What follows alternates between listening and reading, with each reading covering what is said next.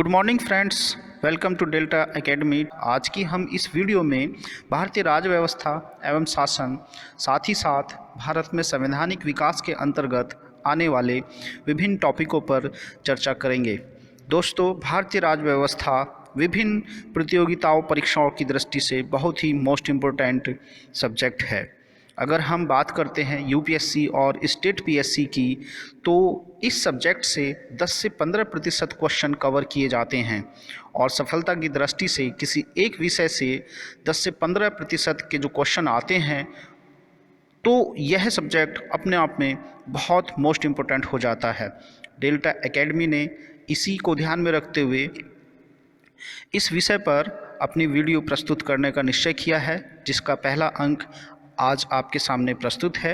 मुझे पूर्ण आशा है कि आप लोग मन से और ध्यानपूर्वक इस वीडियो को देखेंगे तथा लाभ लेंगे। तो चलते हैं डियर स्टूडेंट्स, हम बात कर रहे हैं कि भारतीय राज्य व्यवस्था जो पॉलिटिकल सिस्टम है उसकी देन क्या है, वो कहाँ से आया, वो आज जिस रूप में दिखाई देता है उसके पीछे क्या कारण है। तो फर्स्ट ऑफ ऑल अगर हम बात करते हैं तो पहला टॉपिक है ब्रिटिश विरासत की देन। जो ब्रिटिश गवर्नेंस इंडिया में इस्टेब्लिश थी, उसके कारण जो इंडियन पॉलिटिकल सिस्टम में आज कुछ प्रिंसिपल यूज़ किए जाते हैं, जैसे वोटिंग सिस्टम, या अगर हम कोई डिसीजन लेते हैं तो बहुमत के आधार पर लेते हैं, मेजॉरिटी बेस्ड लेते हैं।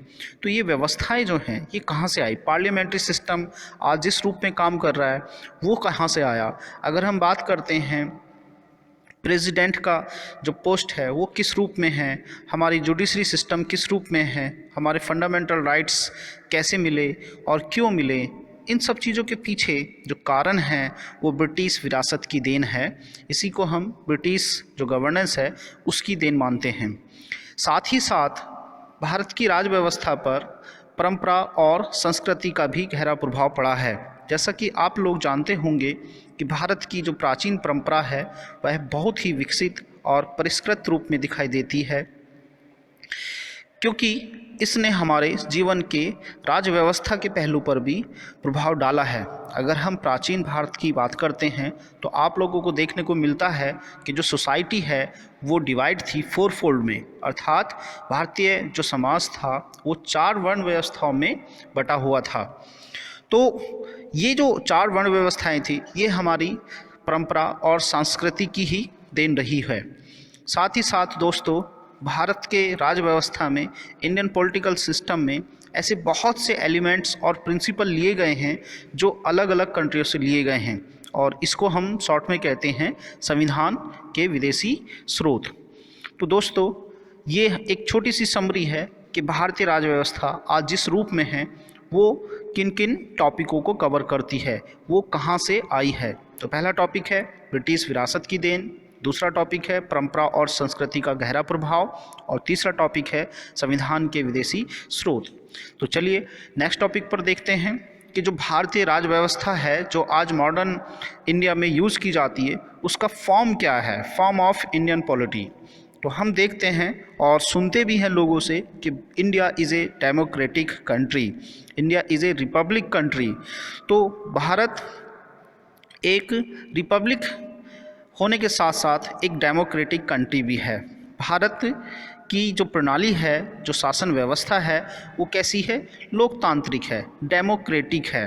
डेमोक्रेटिक का मतलब होता है एक लोकतंत्र के रूप में भारत की शासन व्यवस्था ने जनता की सहभागिता को सुनिश्चित किया है, अर्थात जो जनता के प्रतिनिधि हैं, जो रिप्रेजेंटेटिव ऑफ द पीपल्स हैं, लाइक एमपी, एमएलए, एमएलसी, ये सब जनता के रिप्रेजेंटेटिव हैं।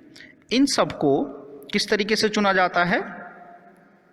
ये डेमोक्रेटिक सिस्टम कहलाता है और इन्हीं के माध्यम से सिस्टम को रन किया जाता है। साथ ही साथ भारत एक गणतंत्र भी है। गणतंत्र का मतलब है रिपब्लिक होना। इसके अंतर्गत हम लोग ये देखेंगे कि जो भारतीय राज्य व्यवस्था है उसमें जो हेड ऑफ द स्टेट है, जो राष्ट्र का अध्यक्ष है, वो कौन है?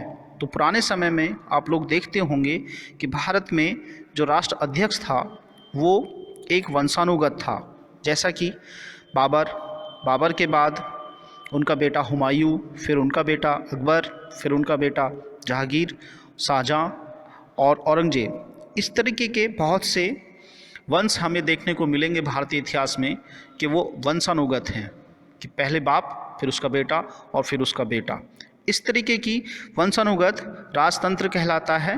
लेकिन जब मॉडर्न इंडिया इंडिपेंडेंट हुआ, आज़ाद हुआ, तो उस समय पर भारतीय राज व्यवस्था में गणतंत्र का एक स्थान रखा गया और उसमें यह व्यवस्था है कि जो स्टेट का हेड होगा अर्थात प्रेसिडेंट जो होगा वो वंशानुगत नहीं होगा, अर्थात इसकी कोई स्थिति नहीं होगी, बल्कि यह इंडिया के लोगों के द्वारा ही चुना जाएगा। नेक्स्ट देखते हैं दोस्तों, भारतीय संविधान के अंतर्गत भारत की जो राज व्यवस्था है वो एक फेडरल सिस्टम बेस्ड है, संघात्मक है। फेडरल का मतलब होता है जहाँ पर पावर डिस्ट्रीब्यूशन की जाती हैं।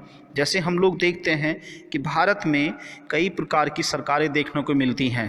पहली जो प्रकार है वह है केंद्र सरकार, दूसरा जो प्रकार है वह है राज्य सरकार, और तीसरा प्रकार जो है वो स्थानीय सरकारों के रूप में दिखाई देता है, जिसके आगे 6 रूप देखने को मिल जाते हैं। तो दोस्तों, ये जो सिस्टम है distribution of power, this is the called federal system, और हिंदी में हम फेडरल सिस्टम को बोलते हैं संघात्मक व्यवस्था। अर्थात भारतीय संविधान ने भारत में एक फेडरल सिस्टम की स्थापना की है, इस्टेब्लिशमेंट किया है। पुराने समय में ज़्यादातर पावर जो थी वो सेंट्रलाइज्ड होती थी राजाओं के पास, और इनिशियल फेज़ में ब्रिटिश सिस्टम में भी, जो भारत में ब्रिटिश सिस्टम था उसमें भी सेंट्रलाइज सिस्टम देखने को मिलता है। बाद के कुछ ऐसे एक्ट पास होते हैं जिसमें भारत में फेडरलिज्म सिस्टम देखने को मिल जाता है, और इसकी शुरुआत जो है अगर हम देखते हैं तो वो स्पष्ट रूप से 1935 के एक्ट में देखने को मिलती है। जिस शासन व्यवस्था का प्रावधान किया गया है वह संसदात्मक है। हम फेडरलिज्म सिस्टम के अंतर्गत कौन से सिस्टम की बात करते हैं, कौन से गवर्नेंस सिस्टम की बात करते हैं, तो वो है संसदात्मक, अर्थात पार्लियामेंट्री सिस्टम एक ऐसा सिस्टम होता है जिसके अंतर्गत जो लॉ मेकिंग का काम है वो केवल एक इंस्टीट्यूशन के द्वारा किया जाता है, और भारत में इस इंस्टीट्यूशन को संसद या पार्लियामेंट के रूप में जानते हैं, जो हमने ब्रिटिश गवर्नमेंट से लिया है या ब्रिटिश कंट्री के संविधान से लिया है। और भारत में संसदीय शासन प्रणाली अर्थात जो पार्लियामेंट्री गवर्नेंस सिस्टम था उसकी शुरुआत भारत में 1919 एक्ट से देखने को मिलती है। इसके अंतर्गत जो पावर थी वो 2 पार्ट में डिवाइड की गई थी। कुछ ट्रांसफरेबल सब्जेक्ट्स थे जिन्हें हम हस्तांतरीय विषय कहते हैं, और ऐसे ट्रांसफरेबल जो टॉपिक्स थे या जो लॉज थे उनको हम विभिन्न मिनिस्टर्स के द्वारा स्टेट में लागू करते थे। उसी तरीके से एक रिजर्व शक्तियाँ थीं, रिजर्व पावर्स थीं जो गवर्नर जनरल के द्वारा प्रयोग की जाती थीं। इन सारे सिस्टम को हम पहला फेज़ कह सकते हैं पार्लियामेंट्री सिस्टम का। अगर हम आगे बात करते हैं तो भारत में शासन व्यवस्था एक पार्लियामेंट्री बेस्ड है। तो दोस्तों, भारत के संविधान ने भारत में संघात्मक के साथ साथ शासन व्यवस्था को पार्लियामेंट्री सिस्टम के रूप में बनाया है। अब हम बात करेंगे कि भारत में जो ये कॉन्स्टिट्यूशनल डेवलपमेंट है ये आया कहाँ से मेजॉरिटी बेस्ड डिसीजन की शुरुआत होती है, कहाँ से फेडरल सिस्टम की शुरुआत होती है, कहाँ पर हम सेंट्रलाइज्ड हो जाते हैं, कहाँ पर हमारा इंडिपेंडेंट जुडिशरी सिस्टम रखा जाता है। इसी तरीके से और भी बहुत सारे इंस्टीट्यूशन हैं गवर्नमेंट के जो काम कर रहे हैं, उन सब की शुरुआत आखिर हुई कहाँ से। तो जब हम इस टॉपिक को पढ़ते हैं तो इसी को हम कहते हैं constitutional development in India, Bharat में संवैधानिक विकास। डियर स्टूडेंट्स, अगर हम इस टॉपिक को देखते हैं तो ये केवल और केवल ब्रिटिश गवर्नमेंट की देन थी। जो ब्रिटिश गवर्नेंस थी इंडिया में उसकी देन थी। और इसकी शुरुआत प्लासी का जब युद्ध हो जाता है 1757 ईस्वी में, तो जो ब्रिटिशर्स हैं वो अब भारत के एडमिनिस्ट्रेशन को रन करने वाली एक पावर के रूप में उभरते हैं। प्लासी का युद्ध 1757 में हुआ था, 57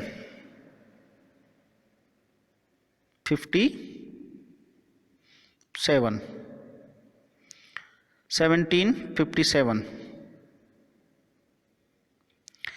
इस समय से बंगाल में ब्रिटिशर्स ने डुअल एडमिनिस्ट्रेशन सिस्टम की शुरुआत की।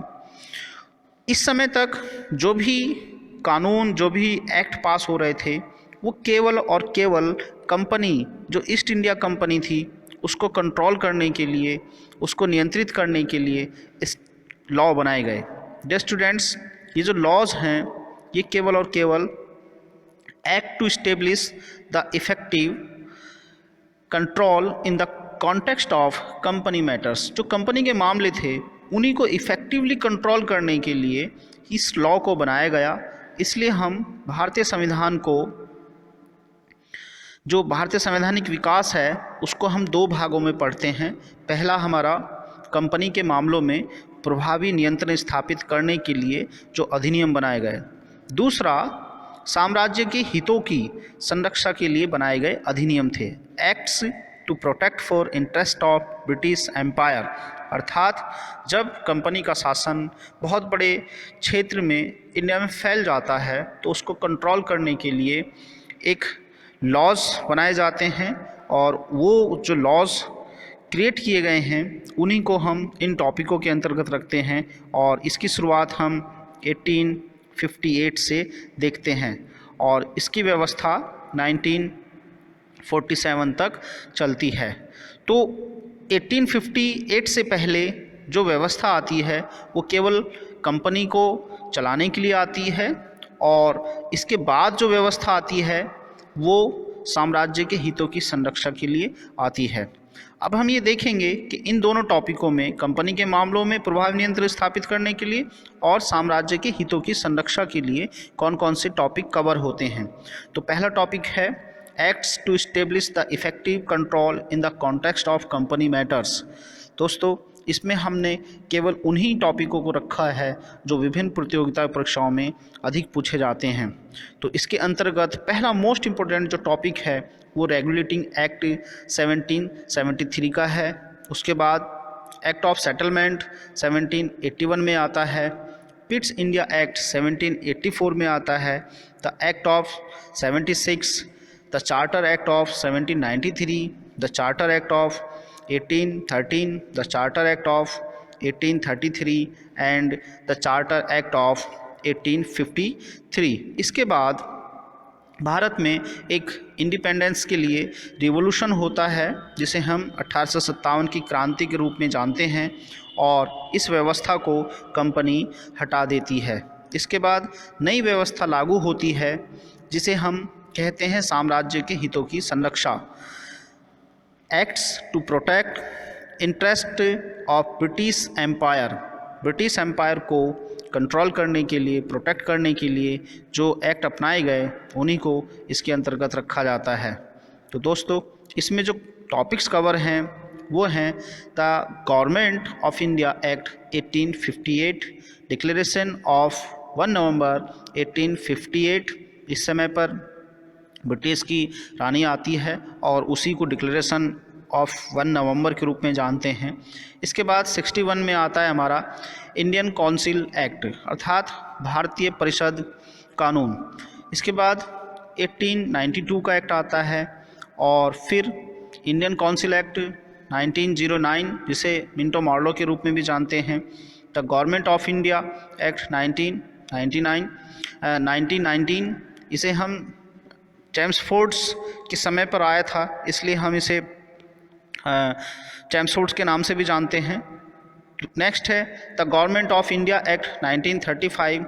1935 के समय पर हम एक फेडरलिस्ट सिस्टम को देखने को मिल जाता है। बाद में Cripps mission, quit India movement और वेवेल प्लान और शिमला समिट, इस टाइप के एक्ट भी देखने को मिल जाते हैं। इसके बाद cabinet mission 1946, formation of interim government 1946, the Mountbatten plan 1947 and the Indian independence act 1947। Sometimes ये देखने को मिल जाता है कि यूपीएससी कई बार जो अभी ये डेट हमने लिखी हैं इन्हीं को वो अरेंज करा लेता है। तो मेरा सुझाव है कि विद्यार्थी इन्हें क्रम से याद करें कि पहला कौन सा एक्ट आया, फिर उसके बाद कौन सा एक्ट आया, फिर उसके बाद कौन सा एक्ट आया। ये हमारी कॉन्स्टिट्यूशनल डेवलपमेंट की पहले फ़ेज़ की तैयारी होगी, ये हमारा फर्स्ट स्टेप होगा। तो इसके बाद हम एक एक एक्ट को डिटेल से पढ़ेंगे और उसके जो मेन फीचर्स होंगे उसको तैयार करेंगे।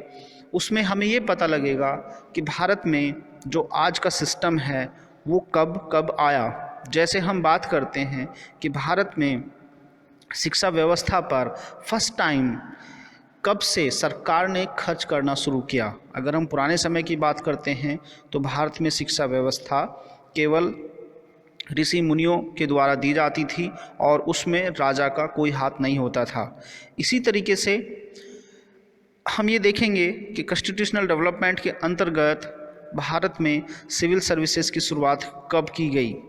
इसी प्रकार से भारत में एक फेडरल सिस्टम कैसे आया, एक इंडिपेंडेंस जुडिशरी सिस्टम कब से आया, और भी बहुत सारे ऐसे एलिमेंट्स होंगे जो आज इंडियन कॉन्स्टिट्यूशन के फीचर्स हैं। तो दोस्तों, मुझे आशा है कि आपको ये वीडियो निश्चित रूप से पसंद आई होगी। नेक्स्ट वीडियो तक के लिए नमस्कार, गुड आफ्टरनून।